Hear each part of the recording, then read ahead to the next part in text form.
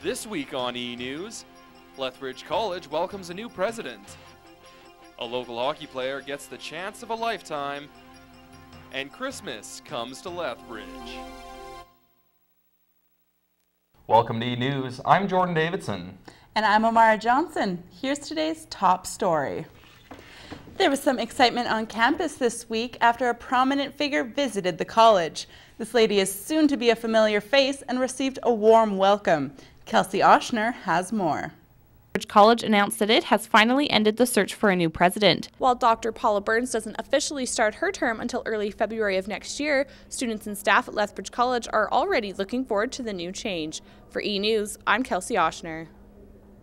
The acting president is Peter Leclerc, who took over after Tracy Edwards stepped down this past April. Whether you're furthering your education, considering a career change, or interested in testing the job market, the annual Lethbridge Career Conference was a prime opportunity to do just that. I had the chance to take in the conference, and I got a crash course on the possibilities open to all career seekers. Well, most of them are done online now, or you have to fill disclosure forms before you hand in a resume for police agencies. Okay, so the Career Conference is held annually at the Lethbridge College. It's open to the public at large as well as students, whether they be in college, university, or still finishing high school. A Lethbridge College student is hoping to lead the way in a pattern of success for the School of Media and Design. While many are looking forward to the end of the semester, the student will have anything but a break ahead of her. Stephanie Dunn reports. Marie's finished garment has to be at Telio headquarters by January 18th. Telio will fly her out to Montreal for the competition, where her design will take to the runway for the chance to win $15,000. For E! News, I'm Stephanie Dunn. The 25 contestants will have their final outfits shown at the end of Montreal Fashion Week, with the top 5 being awarded scholarships. Coming up after the break, how Lethbridge organizations are teaming up to end homelessness. And the Lethbridge College women's volleyball team serves up some action.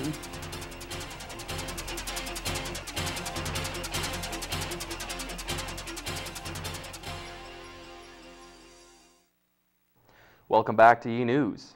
Homelessness might just seem like a word to many of us, but to others, it's a harsh reality. However, there's a lot being done to help those that need it. Evan Armstrong takes a look at the plan to end homelessness in Lethbridge.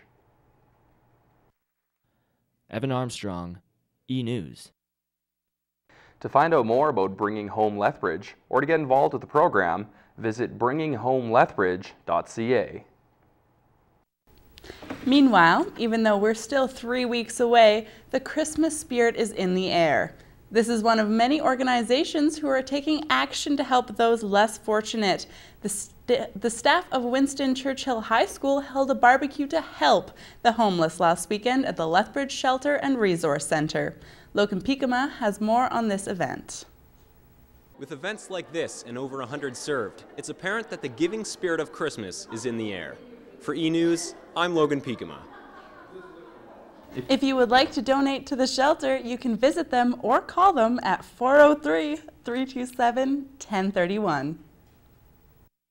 The Kodiak volleyball teams have made it to the halfway point of the season. The women's team, though, has struggled out of the gate. Kyle Moore takes a closer look at what the team needs to do to improve in the second half. For E! News, I'm Kyle Moore. The Kodiaks are currently off for their Christmas break. Their next home game will be January 18th against Medicine Hat. A Lethbridge Hurricane hockey player will bring the heat to an under-17 competition this December. He won the gold at last year's under-16 tournament, so this type of competition isn't something new. And as Kyla Brozart reports, he's no stranger to Lethbridge hockey fans. For E! News, I'm Kyla Brozart.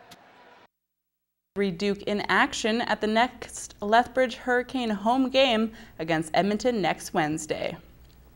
Coming up next, the city of Lethbridge gets an early start to the Christmas season, and how the giving spirit has inspired a young girl in Coaldale.